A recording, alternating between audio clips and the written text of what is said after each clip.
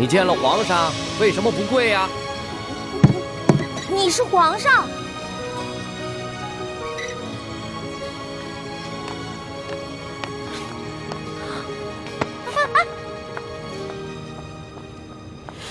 哎，李公公，这个小答应他可是……嘘，这皇家的事啊，别问，也别管。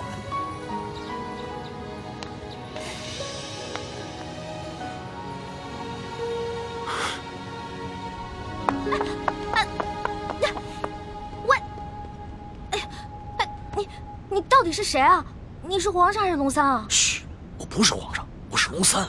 那外面的人为什么称呼你为皇上，还给你跪下了？我真的不是皇上，我只是长相和声音都酷似皇上，所以啊，被皇上选做替身了。你是皇上的替身？对呀，我只是皇上的替身。我们这大清啊，虽说入关数十余年，可是根基还未稳，这皇上又还年少，刚刚亲政不久。不管是那些签名余孽，还是那些妄想谋朝篡位的权臣，都有暗杀皇上的企图。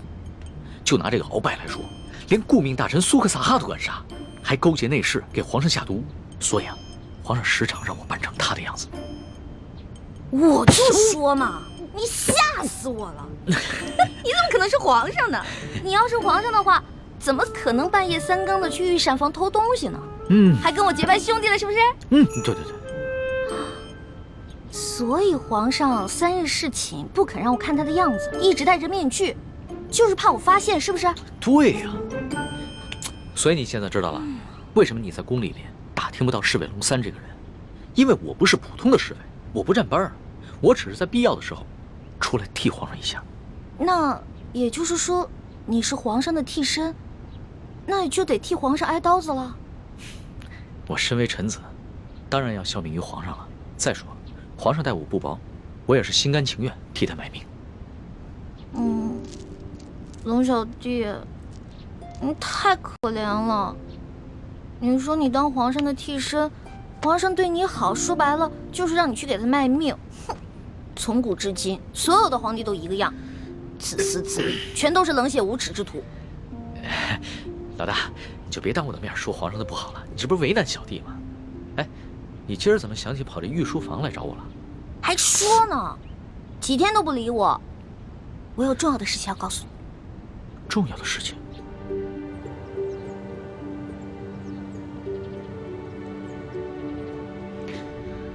这皇上一听说丽妃遇刺，就怀疑过鳌拜，没想到真的是他。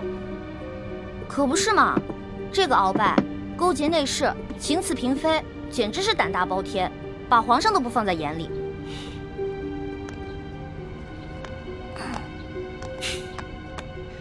老大，你是不知道啊，这鳌拜把持朝政多年，这朝廷上下、宫中内外全都是他的势力。皇上暗中派人查探了几天，也没有抓住他半点把柄。那难道就这么算了？小不忍则乱大谋，眼下还不是跟鳌拜翻脸的时候，所以只能当作暂不知情了。这个鳌拜贼心不死，还逼着我哥哥要去刺杀厉贵人。你务必跟你哥哥说一下，千万不要听命于鳌拜。皇上已经在暗中想办法铲除鳌拜了，所以要拜托你哥哥多跟鳌拜周旋一段时间了。哎，放心吧，我哥哥啊肯定不会助纣为虐的。不过你说这个小皇帝他的计划可行吗？会不会很危险啊？老大，这皇上呀，可不是你想象当中的那个风流好色之徒。他呀虽然年少，但是有勇有谋，也算是一代明君吧。龙小弟啊，你就是天生当奴才的命啊！我说，都这个时候了，还替你那个皇上主子说话呢，他能有什么很高明的策划呀？按照我的想法，他呀就是不把你的命当命，关键时刻让你去给他当替死鬼，知道吗？老大，你就别当着我的面说皇上的不好了，你这不是为难我呢吗？行，我就是因为把你当兄弟，所以我跟你说话才不避讳。既然你不想让我这样说的话，那以后就捡好听的假的话跟你说呗。好了，我这气量没那么小，岂会连一个小姑娘的口无遮拦都容不下？我知道，你之所以骂皇上，是因为担心我的安危，对吧？当然了，龙小弟，在这个世界上，除了我的亲人，你就是我最亲的人了。你听我的啊，你可千万别因为什么你的皇上、你的主子去卖命。关键时刻，你得记得保护好你自己，千万别于衷，知道吗？好，你就放心吧。我可以悄悄地把皇上的计划告诉你。你把皇上的计划告诉我，这么重要的事儿，你不怕我卖了你啊？在这皇宫里边，除了皇上和太皇太后，你就是我最相信的人了。谁让你的心思最为单纯的？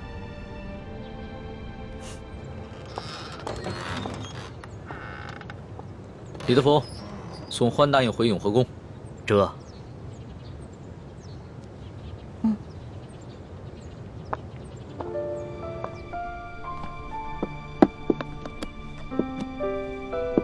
没想到，康熙如此谨慎，在宫里竟然备下了自己的替身。在我们入宫计划方案中，第一步是拿到铜匣，第二步就是刺杀康熙。我们一定要周密计划，务必要分清楚谁是替身，谁是真正的康熙，确保一击成功。这就需要小师妹多想想办法了，查清楚龙三的行踪，什么时候会去假扮康熙，又如何区分二人的差别？其实也没什么可难的，至少在临幸后宫嫔妃的康熙，不可能是替身。到时候拿到了铜匣，他再召你侍寝，我们就有机会了。六师傅，此计虽然可以暗杀成功，但忽略了倾城师妹的安危，恐非上策。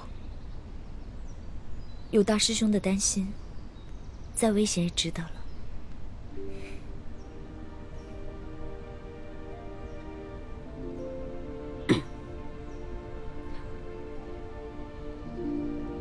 这行刺康熙的行动是下一步计划，还早着呢。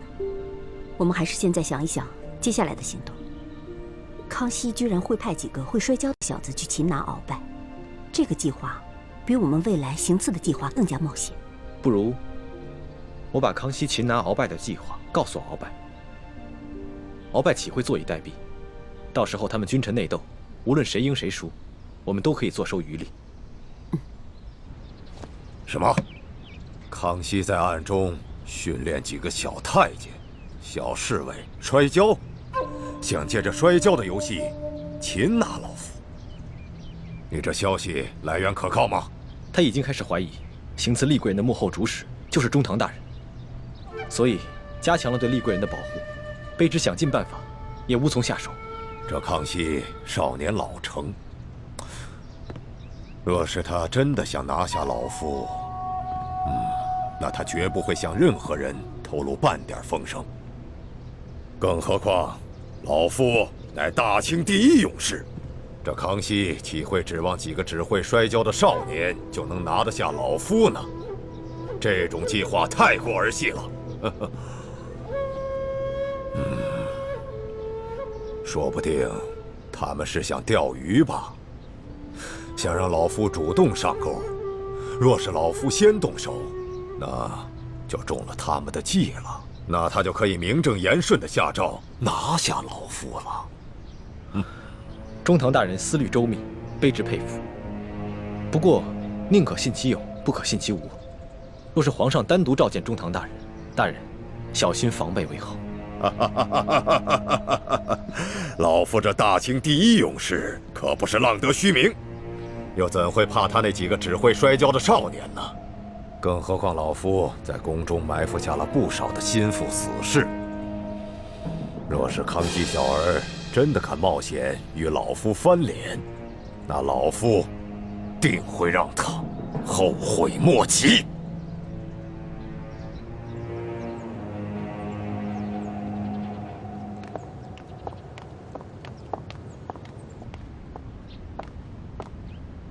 皇上，欢答应到了。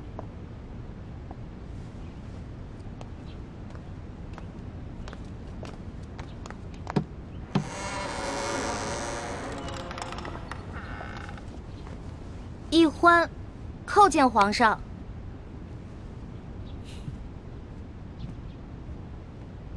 凭什么？谢皇上。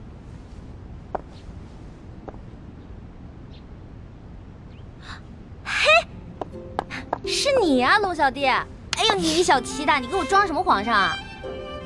这皇上跟龙三竟然长得一模一样，你怎么知道在你面前的是龙三，不是皇上呀？我怎么可能不知道啊？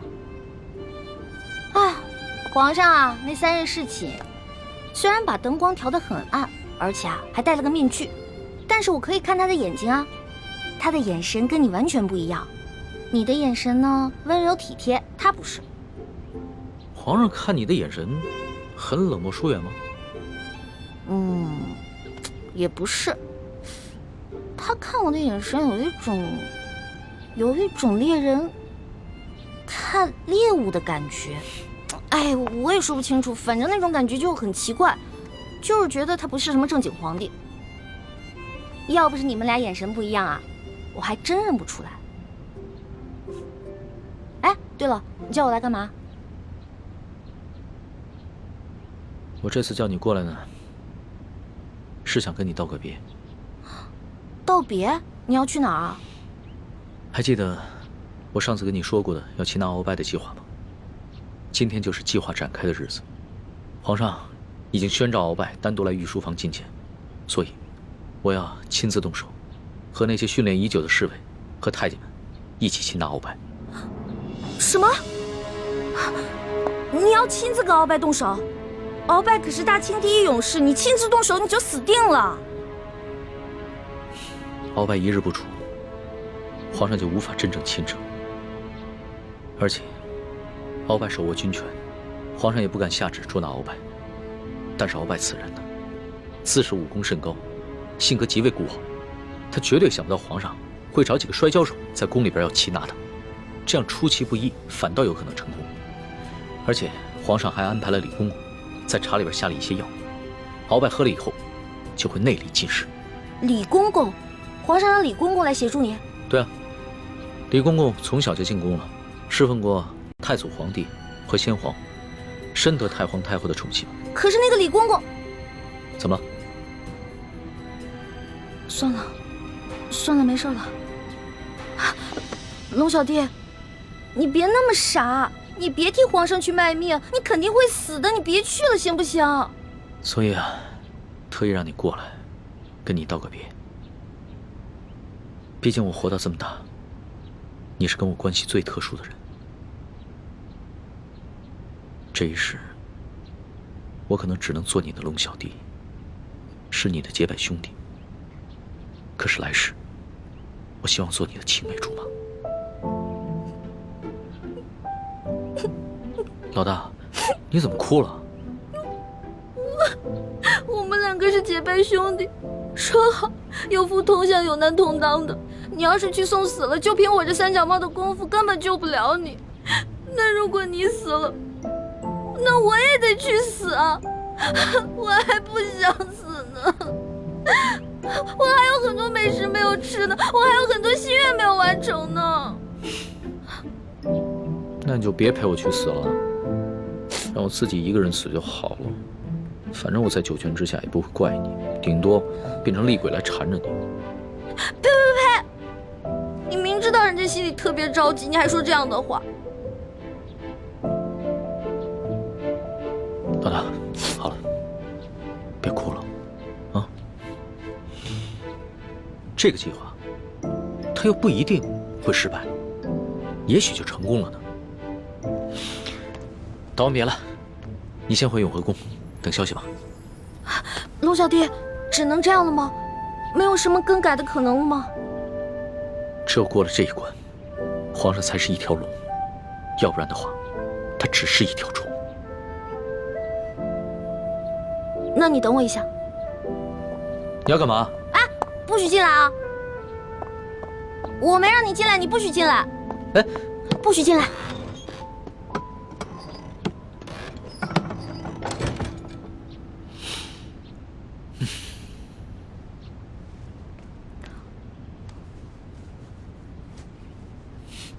老大，你好了没有啊？你再不出来，鳌拜可就来了。哦，我知道了，马上。老大，我进去了啊。老大，你好了没有？老大，你不会真是以为我要赴死了就要以身相许了吧？呸呸呸呸呸！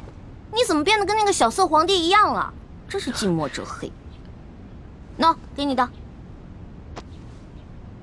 这个是金蚕背心，鳌拜给我的，据说可以刀枪不入，水火不侵。反正我留着也没用，给你穿吧，你还能保护着你自己。好香啊，老大，这上面还有你的体香和体温呢。你干嘛用那种色眯眯的眼神看着我呀？你这样很猥琐，知道吗？你赶紧穿上吧，这之前我贴身穿的，反正我用不上。你穿上以后还可以护住你的要害呢。既然是你穿过的衣服，那我当然要穿了，要不然你替我穿。你这说的什么鬼话呀？我不想理你了。哎，老大，哎，老大，我是你老大，你是我小弟，所以你得听我的，知道吗？不能死。是，遵命。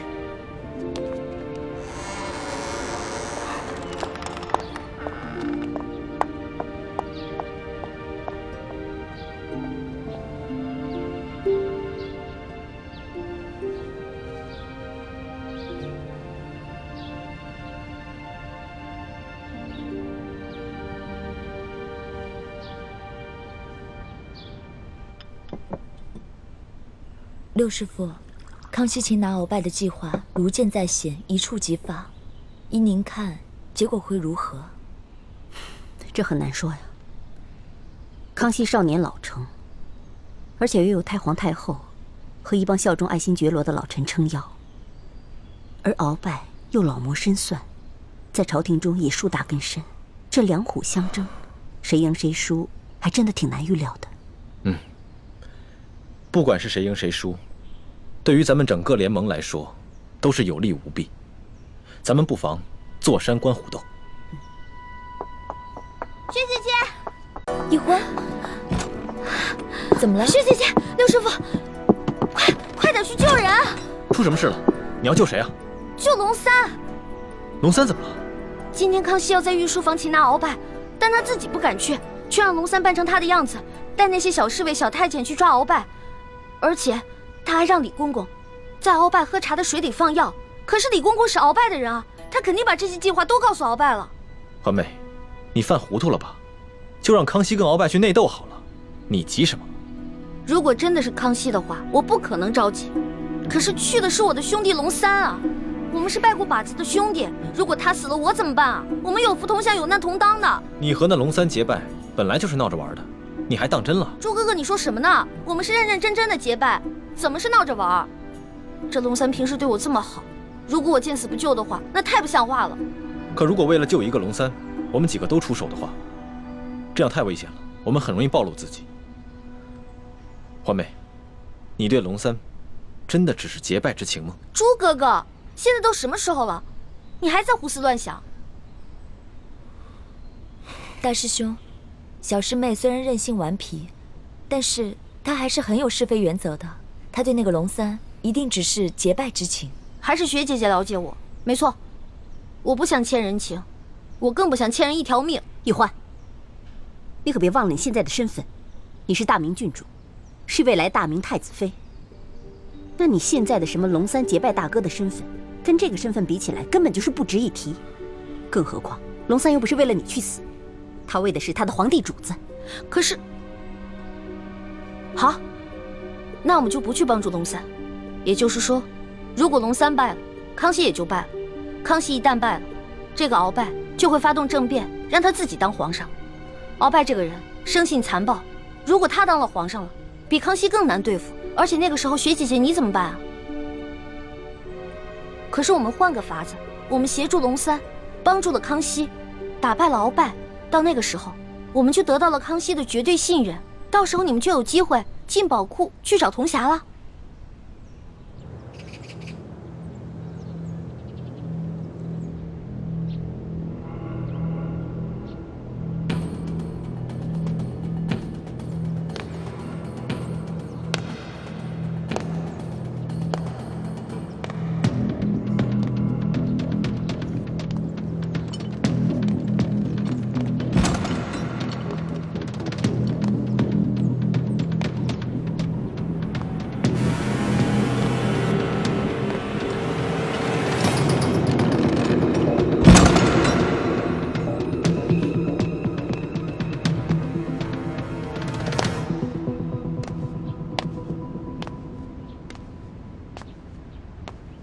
奴才参见皇上。免礼，赐座。谢皇上。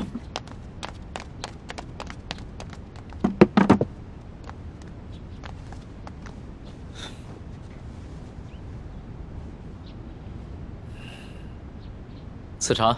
这。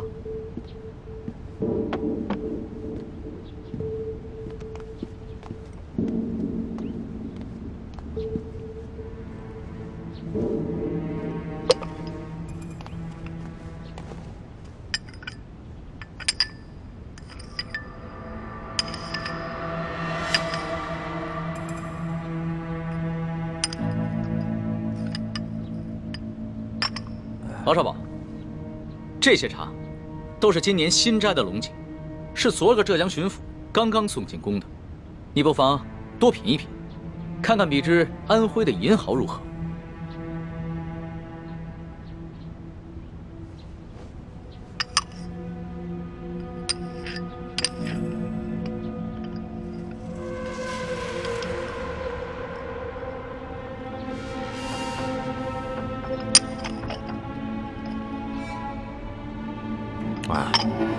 奴才是个粗人，什么茶到了嘴里都是一个味儿。皇上宣召奴才，有何事垂询啊？敖少保，你不妨先看看这些奏折。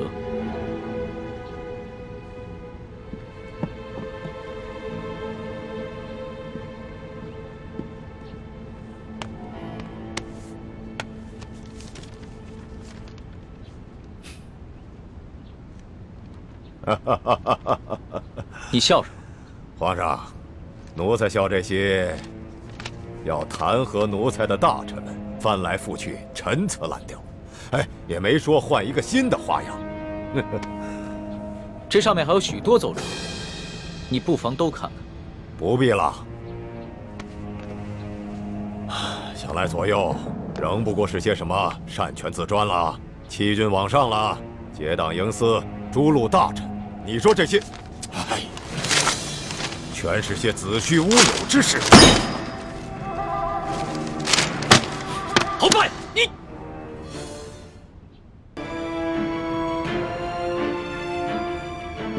皇上，这数十位联名上书的大臣，分明就是在构陷奴才，这是在离间你我的君臣之义，这简直就是对皇上的大不敬。奴才恳请皇上下旨，让奴才把这些乱臣贼子一一捉拿。你凭什么说这些弹劾你的奏折都是构陷之词？皇上，这些要弹劾奴才的奏折，究竟是什么性质？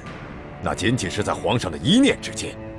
现在就看皇上是相信要弹劾奴才的这些大臣们，还是要相信奴才了。鳌拜，你当着朕的面撕毁奏折，言语无状，在你的眼里还有朕这个皇上吗？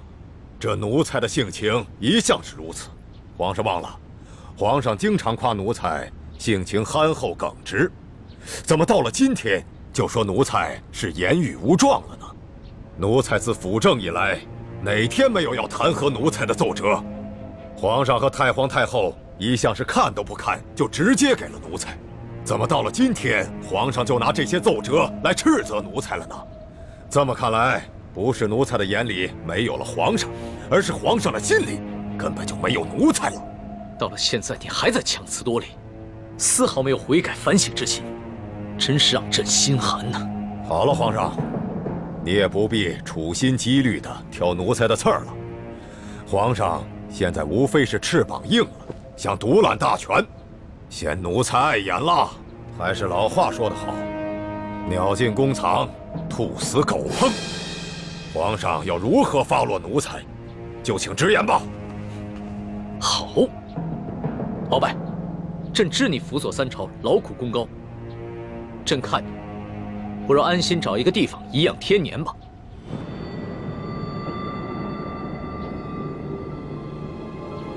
皇上真是体恤奴才啊，奴才真是感激涕零啊。但是皇上，你不要忘了，奴才是先皇遗命的辅政大臣，担负着协助皇上处理朝政的职责。现在皇上身边奸臣环伺，奴才尚未清君侧，又如何敢颐养天年呢？鳌拜啊鳌拜，想不到你还是如此执迷不悟，真是有负先皇深恩，枉费朕的一片苦心。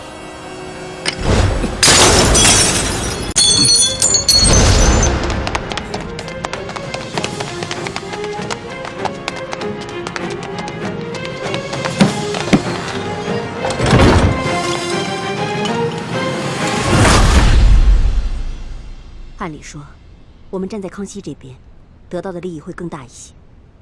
可是现在我觉得，鳌拜获胜的可能性会更大。如果我们站错了队，那我们将会前功尽弃。那我们再等等吧，看情况，再随机应变。不能再等了，朱哥哥，你都不知道，龙三的武功还没有我强呢。鳌拜一只手直接把他掐死了。环妹，这么重要的事情，我们当然要权衡一下。好，那你们权衡吧，我等不了了，我得去救我的龙小弟了。哎，环妹，一欢，一欢对这个龙三有点过于担心了。大师兄，我觉得小师妹说的不无道理。眼下就是一场豪赌，我们把赌注押给康熙，对我们似乎更有利。我等不了那么多了，我得去救他。哎，太子，我也跟你一起去。不能去吗？倾城，为什么？你不能去。无论康熙和鳌拜谁胜谁负，你我都不能暴露身份。可是鳌拜号称大清第一勇士，我担心大师兄不是他的对手。你放心，太子自有分寸。如果情形不对，他一定会及时发出求救信号，到时候我们再见机行事。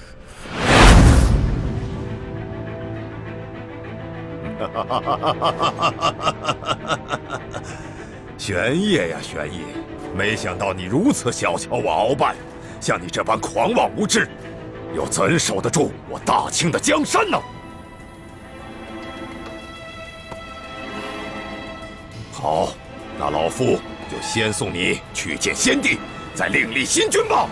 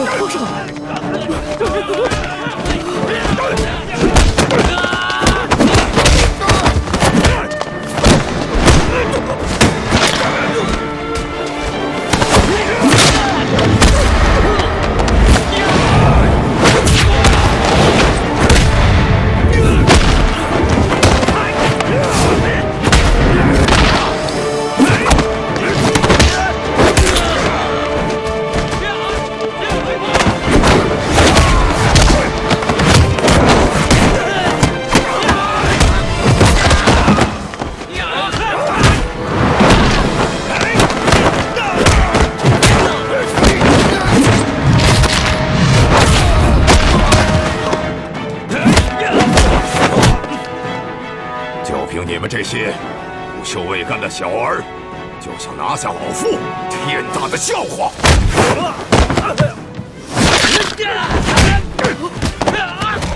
李德福，朕让你准备的东西你备好了吗？回皇上，奴才岂敢抗旨？奴才确实在闸里下了那粒伞，奴才也不知道为何会失去效果呀。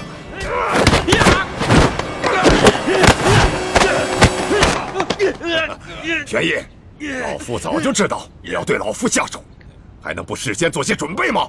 告诉你，在来之前，老夫就预先服下了能解百毒的辟邪丹了。快起来！只要抓住了鳌拜，官升3级，赏金1000两。真是不见棺材不落泪。来吧，送死吧！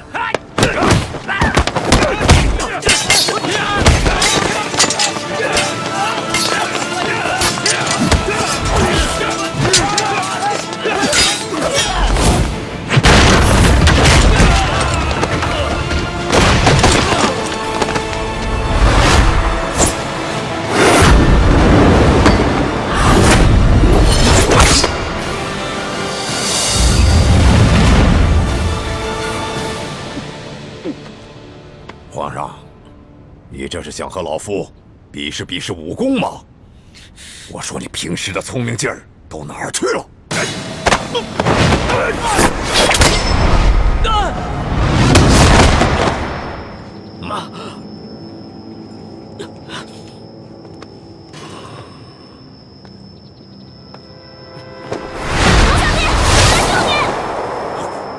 没事吧？易欢，你疯了吗？你这个月的大补丸不想要了吗？义父，对不起了，请恕干女儿要大义灭亲了。你别忘了，你哥哥和你都服下了老夫的大补丸。我告诉你，一旦毒发，你们会死得苦不堪言。鳌拜，咱们来做个交易吧，你放了皇上，我也求皇上放了你，怎么样？老夫真是看走了眼了。老夫原本以为你是一个聪明伶俐的丫头，没想到你这般幼稚。站住，鳌拜！你已经中了我的7步之岛，如果你现在强行运功的话，你在7步之内就会毒发身亡。鬼丫头，你以为老夫会上你的当吗？就算老夫中了7步刀，也会在7步之内一样先毙了你们的命，让你们为老夫陪葬的。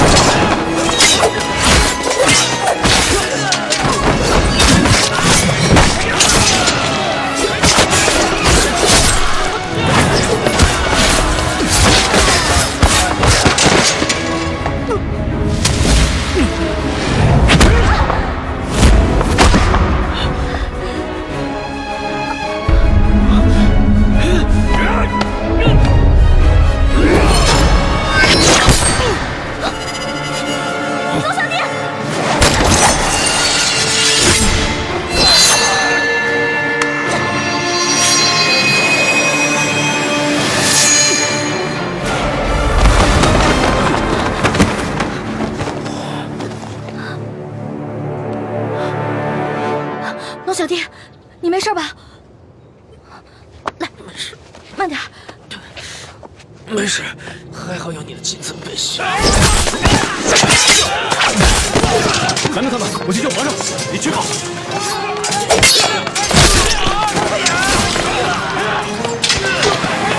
死丫头，你把老夫的金蚕背心也给了皇上，看来你对皇上是动了真心了。只可惜，就算是皇上穿了金蚕背心，老夫也一样要他的命。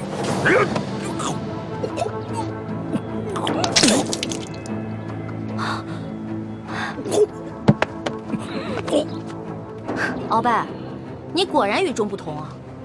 别人中了我的7步岛，只能走7步，没有想到你追了我们这么多步才倒，厉害啊！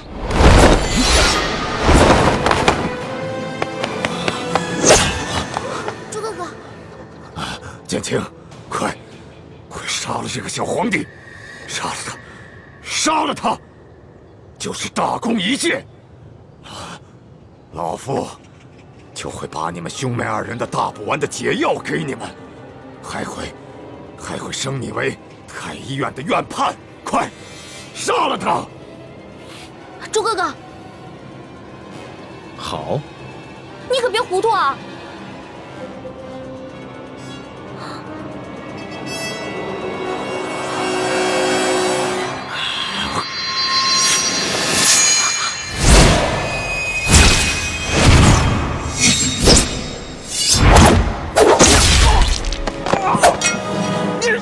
中堂大人，你忘了，我是易欢的哥哥，当然要帮自己的妹妹。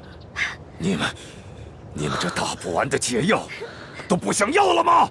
中堂大人，你又忘了，我是大夫，大补丸的解药我会解出来的。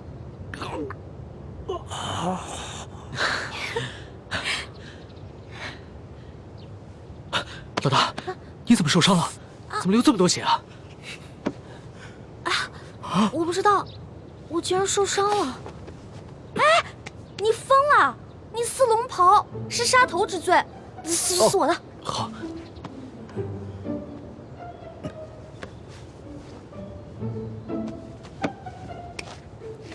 哎，等等，皇上，奴才这有手绢啊。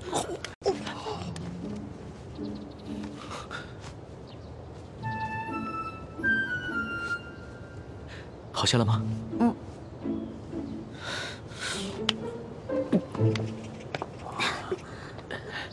鳌拜，你别不服气，没想到你这个人不仅有勇无谋，还有眼无珠。站在你面前的根本就不是什么皇上，他是皇上的替身龙三。你说他是龙三？护驾，护驾，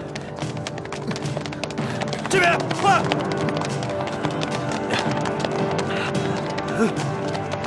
启禀皇上，情况果然如您所料，这宫中藏着数十个鳌拜的手下，奴才按照您的吩咐早有准备，才顺利的将他们拿下。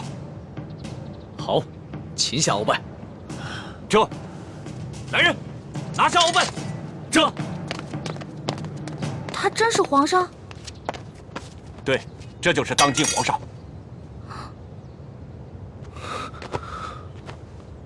微臣参见皇上。丫头，你白长了一双大眼睛，中看不中用。你可知这玄烨在先皇的皇子中排行老3，龙三的名字是他平时出宫微服私访时的化名。你也不好好想想，他要不是真正的皇上，何来的这等的气象啊？你真的是皇上？3日侍寝的时候，为什么朕要戴着面具？朕跟你说话的时候也是破绽百出，可是你都没有发现，朕还从来没有见过像你这么单纯可爱的女孩。皇妹，赶紧下跪！你这个骗子！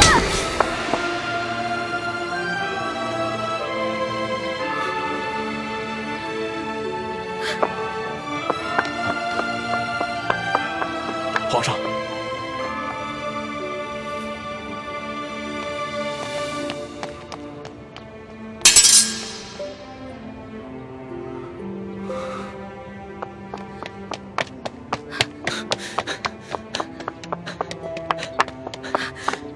你给我站住！你给我放开！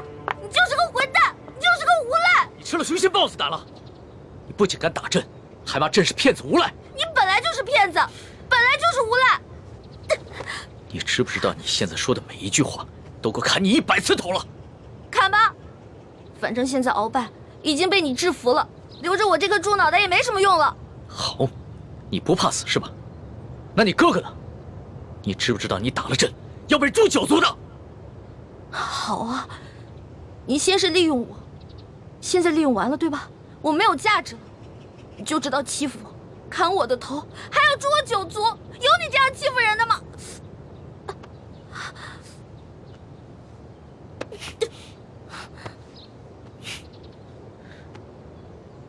伤口这么深，你还乱动？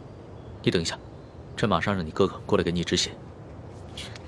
现在都要砍我和哥哥的头了，还止血干什么？朕难道不该砍你的头吗？你知不知道从小到大，还从来没有人打过朕，就算朕的皇阿玛在世的时候，也从来没有动过朕的1根手指头。那还不是因为你骗我？你跟我说你不是皇上，你是龙三，我是你的老大。那小弟做错事了，老大教训一下怎么了？那要你这么说的话，还是朕的错了。没错，就是你的错，谁让你骗我了？不过龙小弟，你不会真的要砍我跟我哥哥的头吧？你说呢？你当着那么多人的面打了朕，朕要是不惩罚你一下的话，还怎么君临天下呀？你还有没有良心啊？刚刚是谁冒死帮你跟鳌拜拼命的？刚刚你确实挺勇敢的。朕原本以为你就算真的担心朕，但也只会躲得远远的。我现在真是后悔了，早知道我就应该让鳌拜把你大卸8块的。这要是被大卸8块，你也好不到哪儿去。你忘了你跟朕结拜过？你还说我被你玩的团团转，你现在很得意很开心是不是？那你不也一样吗？啊，老骗我这个那个的，现在知道自己牛皮吹大了。我从小生在穷山村里面，我以为皇上都是那种威严的，哪成想是你这种泼皮无赖样啊！我怎么就泼皮无赖了？那你还一直女扮男装欺骗朕呢？啊？那反正你替朕挨了一刀，又给了朕一巴掌，这事扯平了。不过，龙小，皇上，是不是以后我得跟他们一样，毕恭毕敬的叫你皇上了？那当然了，在外人面前，朕只能是皇上，你就不能胡闹。只不过，私底下，你如果还愿意叫朕龙小弟的话，朕会很开心的。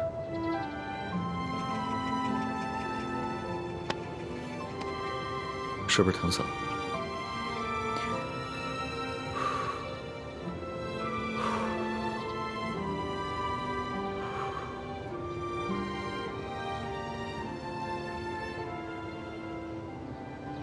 所董，奴才在。朕封你为国史院大学士。奴才谢主隆恩。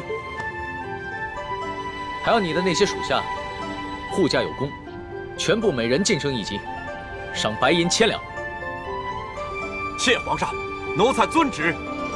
皇上万岁万岁万万岁！平身吧。这。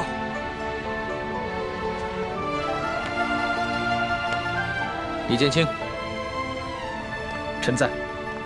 朕封你为太医院副院判，赏黄金100两。皇上，臣之医术还不够格担任太医院副院判一职，若是勉强忝居高位，于臣也未见有益。臣护驾乃是臣分内之事，不求封赏，只求当好一名御医。你年纪轻轻就能淡泊名利，很好。不过既然是你救了朕，那就是为朕立下了大功，朕也得赏罚分明啊。你要是不愿意升职的话，那朕就赐你一件黄马褂，准你有急事的时候，可以直接穿着黄马褂进宫见朕。多谢皇上。桓答应。奴婢在。你为了帮朕铲除鳌拜，不惜冒着生命危险潜伏在鳌拜的身边，还识破了鳌拜要给朕下毒的阴谋，为朕擒下鳌拜立下了首功，可谓是有胆有识、有勇有谋的女中豪杰。你想要什么，尽管说出来，朕都会遂你的愿。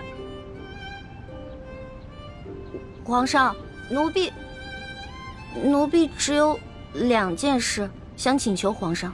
这第一件事，想让皇上撤去奴婢的答应之位。朕本来就要准备取消你答应的封位，封你为嫔，让你做一宫之主。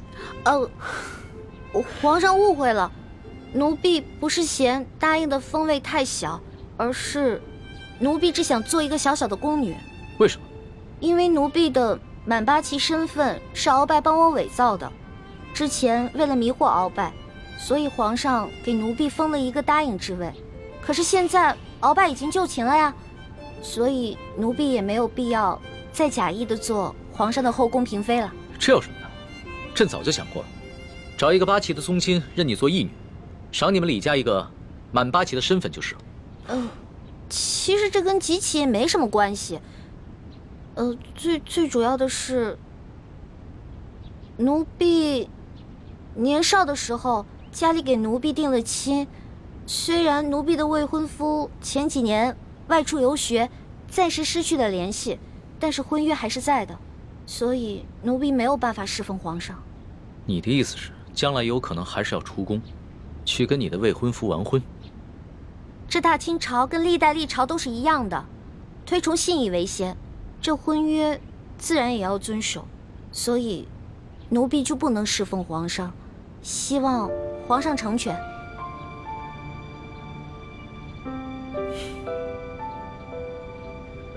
你既然不愿意做朕的嫔妃，那朕也就不强求你了。你毕竟是立下了大功，朕也不会让你做一个普通的宫女。这样吧，朕就留你在御书房，做朕的笔墨侍书。等将来你的未婚夫有了消息，朕就让你出宫去和他完婚。奴婢谢皇上恩典。这个笔墨侍书，以前宫里是没这个职位的，而是朕特意为你而设。你既不是后宫嫔妃，也就不适合住在东西12宫中的任何一宫之中。这样，让人在后宫之中找一处幽静的住所，赐名永乐斋，暂时拨给你住。谢皇上恩典。那你的第2个要求呢？我第2个要求很简单，奴婢知道皇宫里有一个宝库，里面有好多奇珍异宝，奴婢想进去转一转。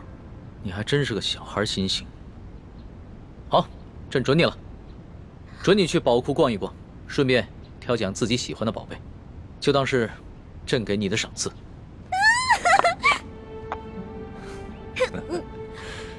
多谢皇上恩典。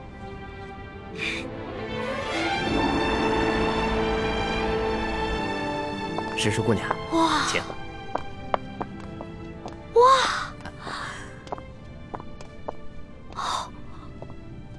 公公，这皇宫宝库里面有这么多的宝物啊！是啊，我都不知道挑什么了。石叔姑娘，我跟你说，这宝库中的奇珍异宝啊，有数十万件。姑娘喜欢哪一件，告诉我，我来帮你选。李公公啊，你可知道皇上为何让我来选宝物啊？这个不知道，但是我知道，如今姑娘可是皇上身边的大红人呐。我在这宫中已经30、40年了，还是第一次看到奉旨到宝库中来选赏赐的事情啊。来，这皇上啊，让我来挑宝物啊，实际上是给我下了道密旨，是让我来这儿找铜匣的。哎，但是这事儿除了皇上知道，只有你我知道，不许告诉第4个人啊。奴才明白，姑娘你放心。我在这宫中当差好几10年了，就一样好处，嘴巴紧，从来不乱讲话。这个好，继续保持啊！好，走，我带你去看看册子啊。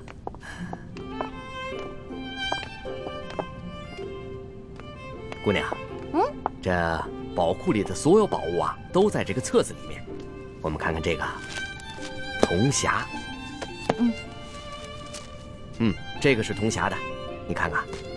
这个宝库里的铜匣呢，一共有174件，不知姑娘想要哪一件啊？李公公啊，这个铜匣呢？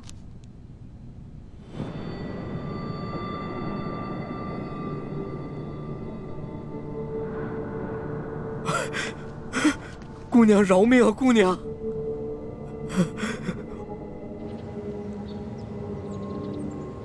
什么？铜匣被鳌拜拿走了？李公公说大概3个月前吧，这个鳌拜呢私自拿走了一个铜匣，还叮嘱他不能告诉任何人。我去登记册上看到铜匣的形状，应该就是我们要找的那个。恐怕不是鳌拜私下拿走的，是李公公亲自拿去献给鳌拜的。这个李公公现在还不知道我们已经知道了他是鳌拜的内奸，所以他在言语中呢为自己脱罪遮掩。哎，朱哥哥，我可听了你的话啊，没有揭穿他。你刚才说什么？3个多月前，那不正是义父告诉我们铜匣秘密的时候吗？难道鳌拜也知道了铜匣的秘密，所以抢先一步拿走了铜匣？可是鳌拜怎么知道铜匣的秘密呢？难道我们明珠谷出了奸细？奸细？我觉得会不会是鳌拜觉得那个铜匣很顺眼，自己比较喜欢，就顺手拿走了呢？环美，这么大的事情，我们不能存在侥幸心理。皇宫的宝库中有数10万件的珍宝，鳌拜偏偏选中了铜匣，一定是铜匣的秘密泄露了。那也就是说，咱们明珠谷有内奸了，那怎么办啊？眼下之计，只有想办法到鳌拜府上拿到铜匣，在暗中通知师傅们排查谷中所有人，找到奸细。学姐姐说的有道理，之前这康熙啊，一直担心我中了大补丸的毒，但他不知道咱们已经把毒悄悄的给解了，所以呢，我可以借口找解药，亲自搜查鳌府，康熙肯定会答应我的。环美，康熙一直对你言听计从，就连你之前打了他一巴掌，他也饶恕了你。但是，你千万不要被他的柔情蜜语所迷惑。朱哥哥，哎呀，你在其他事上都挺大气的，怎么这件事上这么小气呢？我接近康熙，还不是为了帮你实现为你父皇报仇、光复大明的梦想，结果你还怀疑我。对不起，环美，是我想多了。也不知道为什么，我心里总是不踏实。等我们拿到了铜匣，一起撤出紫禁城，再也不要见康熙了，好吗？怎么？你不愿意啊？哎呀，说实话啊，在这皇宫里呢，有最大的老大罩着我，想吃什么吃什么，想玩什么随便挑，这种感觉还真让我轻飘飘的。我还想多享受几天呢。你呀，哎呀，好了好了好了，我只是把我自己内心的话说出来而已嘛。为了不让你生气，我保证等找到铜匣以后，跟你们一起撤，行了吧？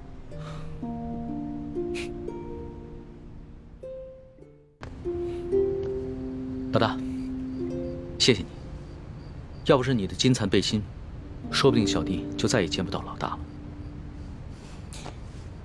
哎呀，这个金蚕背心我穿着也没什么用，我跟这世上的人无冤无仇的，也没有人想害我。倒是你，虽然高高在上，所有人都对你很恭敬，指不定多少人想害你。拿着吧，给你了。既然你这么关心朕，那朕可就收下了。你知道这件金蚕背心的来历吗？我只知道这个是先帝赐给鳌拜的。这件金蚕背心呢，是前明崇祯皇帝的贴身之物。这个崇祯皇帝生性多疑，唯恐被人刺杀，所以花重金从海外购得了这么一件宝物。可惜啊，最后他还是丢掉了天下，吊死在了梅山。就跟这个鳌拜一样，曾经权倾天下，现在不也照样变成了一个阶下之囚？所以啊，这执掌天下之人，可不能靠什么宝物防身，必须以仁德治天下。只有天下太平，这做皇帝的才会太平。龙小弟，你这一本正经说话的样子，还真像个皇帝啊！什么叫像个皇帝？朕本来就是个皇帝。是。而且，朕会说到做到。哎呀，老大，你怎么了？你没事吧？没事，可能是大补丸的那个毒发作了。那怎么办呀？我已经命索额图去查抄鳌拜府了，命他一定要找出大补丸的解药。不，这索大人吧，他去找，他即便看见了，他也不知道哪个是。要不然你还是让我去吧，我去搜吧。不是，可是你这样能坚持住吗？我其实刚来的时候吧，吃了我哥哥给我制的那个药，虽然不能根治这个毒吧，但是可以缓解一下。你让我稍微缓一下啊。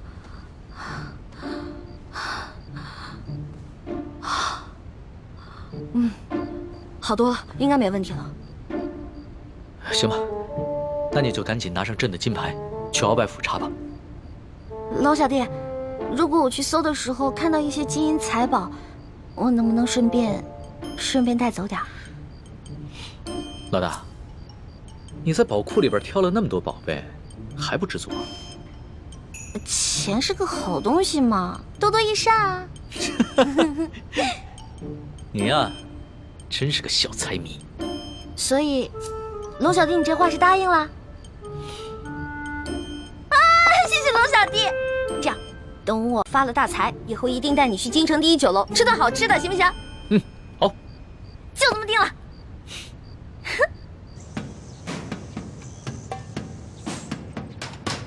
还不去？世叔姑娘，这都是为你准备的。来，尝一尝，应该是不错的啊。清点一下。好吃。好吃吗？好吃。啊。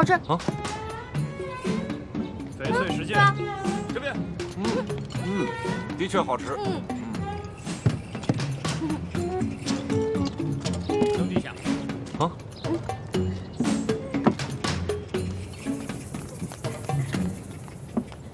表姨夫，这是查抄的物品清单，您过目。啊。这大补丸的解药，府中里里外外、上上下下都搜了个遍，还是未能找到。这怎么能行啊？大补丸解药是最重要的东西啊！皇上说了，掘地3尺也要找出来。继续搜。是，卑职这就亲自带队再去搜一遍。快去。你走。这，赤树姑娘，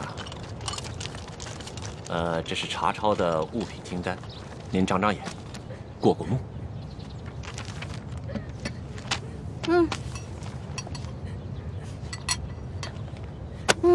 不用看了，这个不对。不对。哪里不对啊？啊，赤树姑娘。这个清单啊，肯定不对。这不对吗？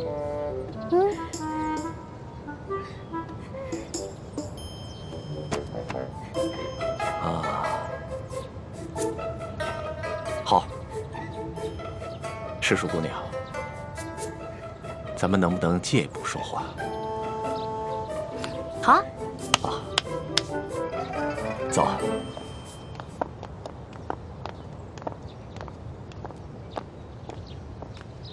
参见大人。行了，走吧，走吧。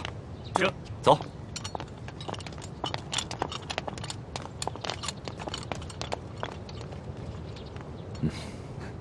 索大人，有什么话您就直说吧。哎，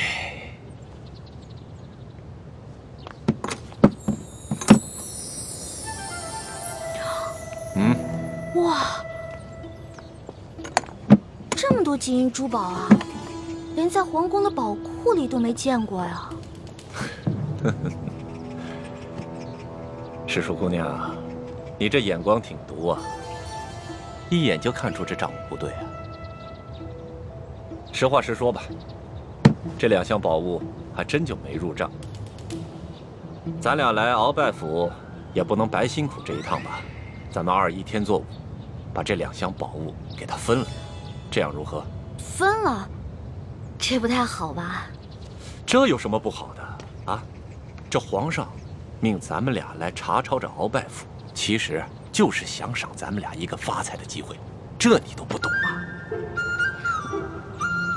那也是，咱就别跟皇上客气了。是啊，那咱跟皇上客气什么呀？啊，那这样，一会儿你找个人啊，帮我把这箱抬到永乐斋去。没问题啊，这个包在我身上，你就不用担心了啊。那世淑姑娘，这些账目可对了？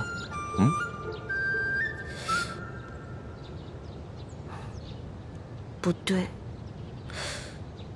还是不对啊？什么不对啊？世淑姑娘，这还有哪儿不对呀？啊？这个不对。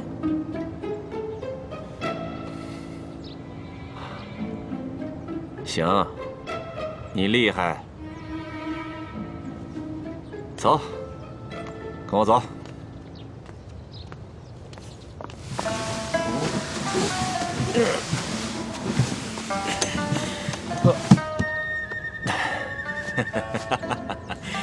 哎呀，世淑姑娘，这是我藏的最后一箱的宝物了，啊，没入账的宝物了。哎，这个箱子也没有。鳌拜到底将铜匣子放到哪儿了？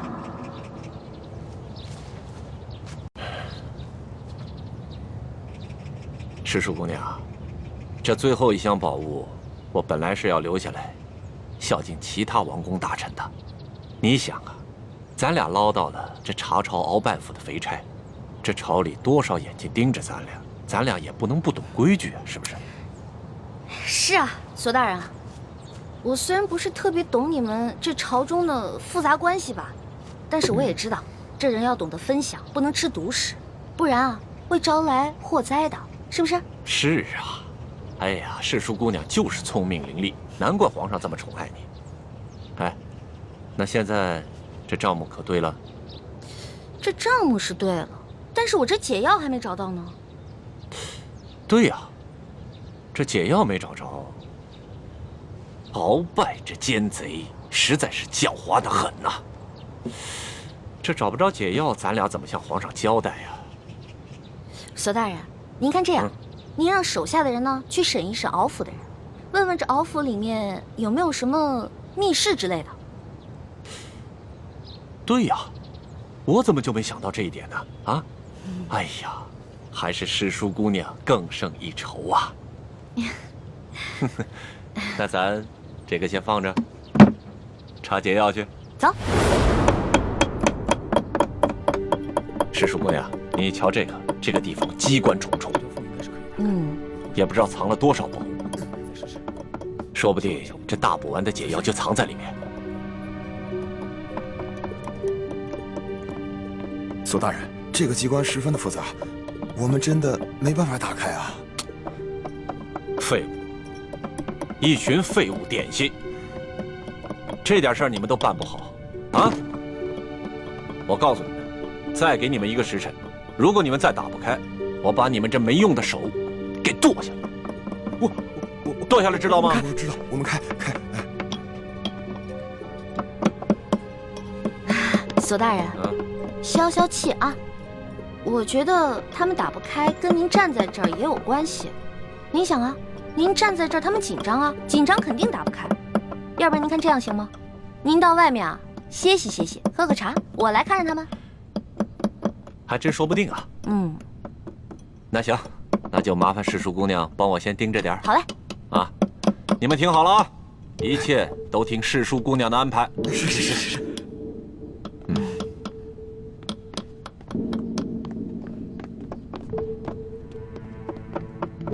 诗书姑娘，这个机关设计得非常巧妙，我等真的无力打开啊！是啊，我看看。哎，您请啊，您看看。